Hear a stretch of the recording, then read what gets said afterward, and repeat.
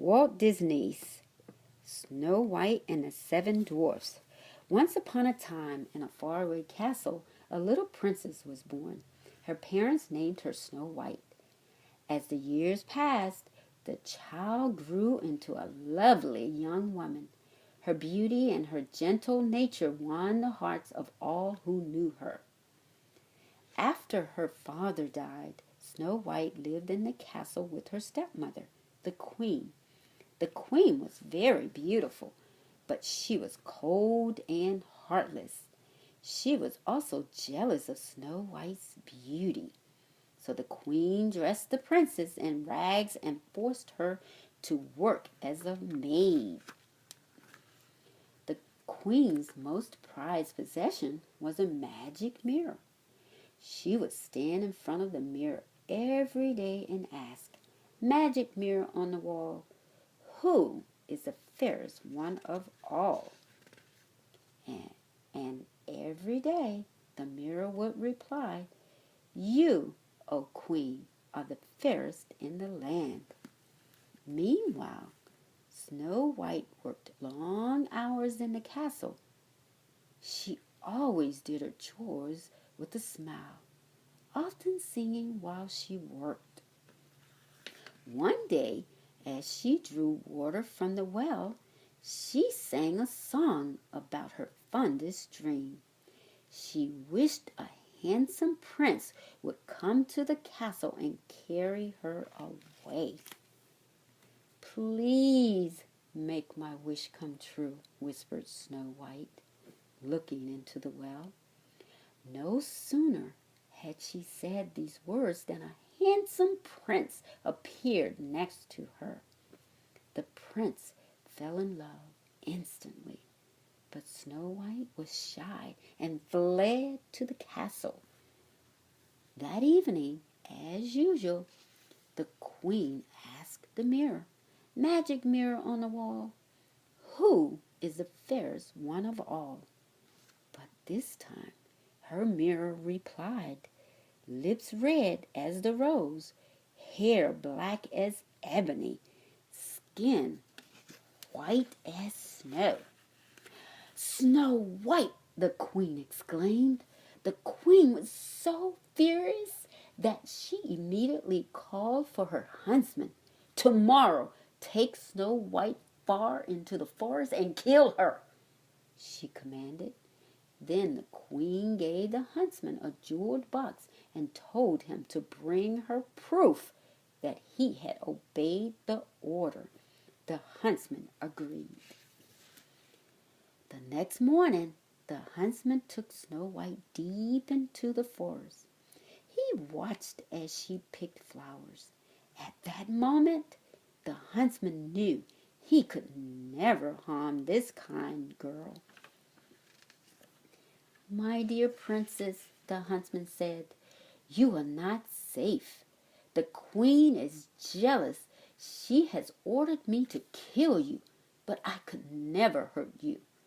Run into the forest and never return." Frightened by his words, Snow White did as she was told. She ran and ran until she could run no farther. Lost and alone, Snow White sank to the ground and sobbed herself to sleep. The huntsman placed an animal's heart inside the box the queen had given him and presented it to her that night. The queen rejoiced, for she believed the huntsman had carried out her order. "Now I am the fairest one of all," she exclaimed triumphantly. When Snow White awoke the next morning, she found herself surrounded by forest animals. Curious birds, rabbits, squirrels, chipmunks, and even a mother deer and her fawn crept up for a closer look. Snow White smiled. She didn't feel lonely any longer. "Do you know of a place where I can stay?" Snow White asked her woodland friends. In response, two birds chirped and began to tug gently at her cape. So she followed her new friends to a tiny cottage nestled among the trees. "Oh, it's just like a doll's house," Snow White said. White looked inside the cottage. "Oh my, what a terrible mess!" she cried. She stared in wonder at the 7 little chairs. 7 children must live here, she said. "I'll just tidy up a bit and surprise them. Perhaps they'll let me stay for a while." Snow White began to clean the cottage.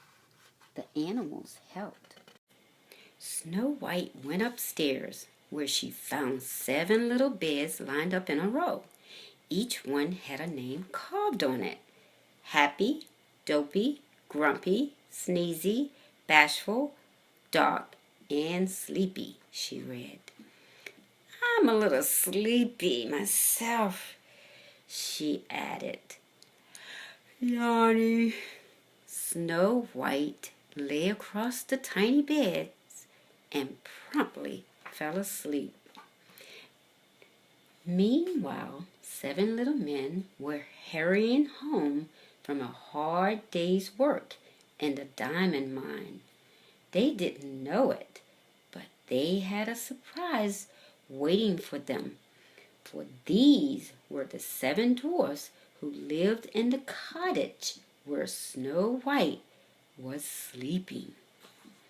They sang merrily as they walked through the forest. Doc led the way with the lantern.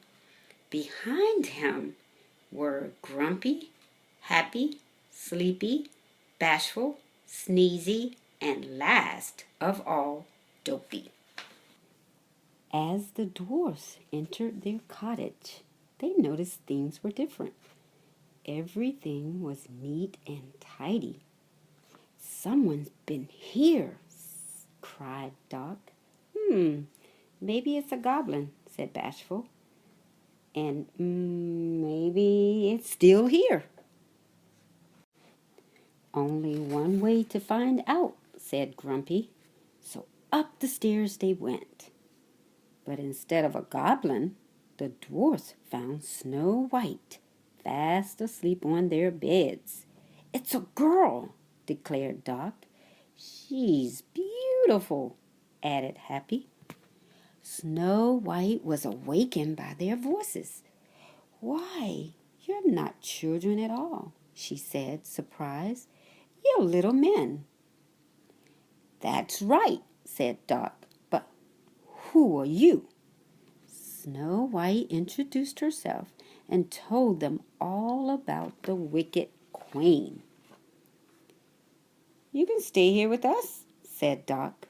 "We won't let anything happen to you." All the rest of the dwarfs agreed. Back at the castle, the queen once again consulted the magic mirror. This time the mirror said, "Over the 7 jeweled hills, beyond the 7th fall, in the cottage of the 7 dwarfs, dwells Snow White, fairest one of all." The queen was outraged. "The huntsman lied," she shouted. "Now I will have to take care of her myself."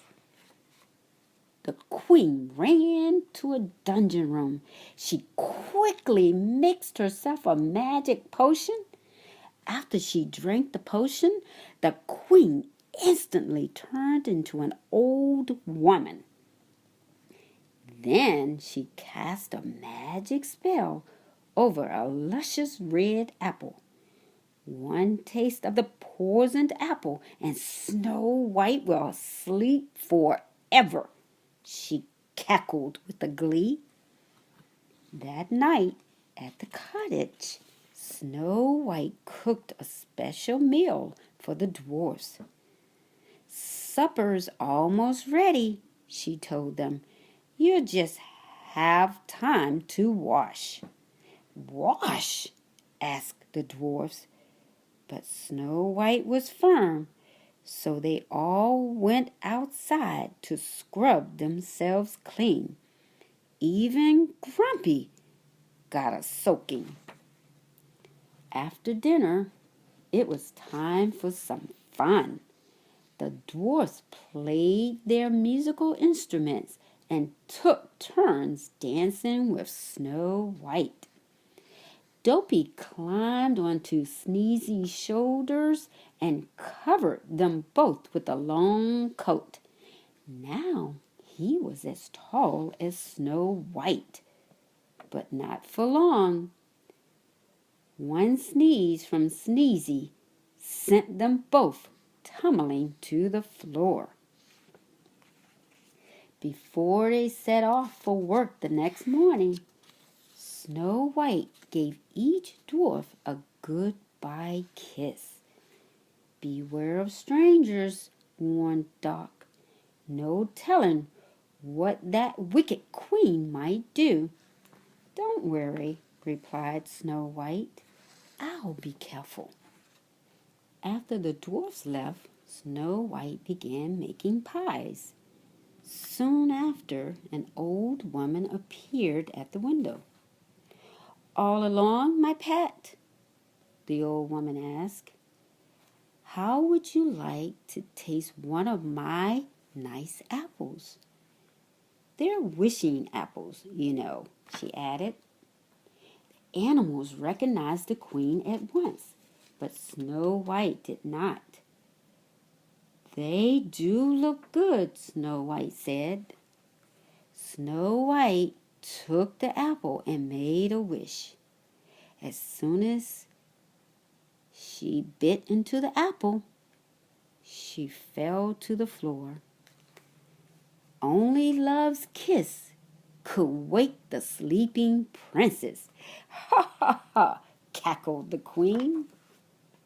The animals hurried to the diamond mine to inform the 7 dwarfs that something was wrong. The animals tugged at the dwarfs' clothes until the men understood that something bad had happened. The dwarfs jumped onto the deer and headed for the cottage. On their way, they spotted the old woman and recognized the queen in her disguise. "Follow her," Grumpy shouted. So the dwarfs chased her all the way up a steep cliff. The queen was trapped. Suddenly, a bolt of lightning struck the cliff. With a horrible scream, the queen fell to the jagged rocks below. The wicked queen was gone forever. When the dwarfs finally arrived home, they found Snow White asleep on the floor. Nothing they did could wake her. With tears in their eyes, they gently laid Snow White on a bed. The next day, the dwarfs built a crystal casket for Snow White. Then they carried it to a peaceful glen in the depths of the forest. For many days, the dwarfs stayed by Snow White's side, hoping she would wake up. But Snow White slept on and on. Meanwhile, the lonely prince had been searching far and wide for Snow White. One day, he heard about a beautiful maiden who slept in a crystal casket in the forest, surrounded by 7 little men. Finally, he came upon Snow White. "At last, I have found you," the prince whispered. Then he kissed the sleeping princess. Snow White opened her eyes. The spell was broken. The prince gathered Snow White in his arms and lifted her onto his horse. This time, Snow White was not afraid of her handsome prince.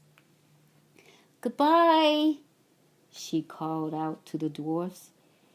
You have been good, kind friends. I will never forget you. Snow White kept her promise.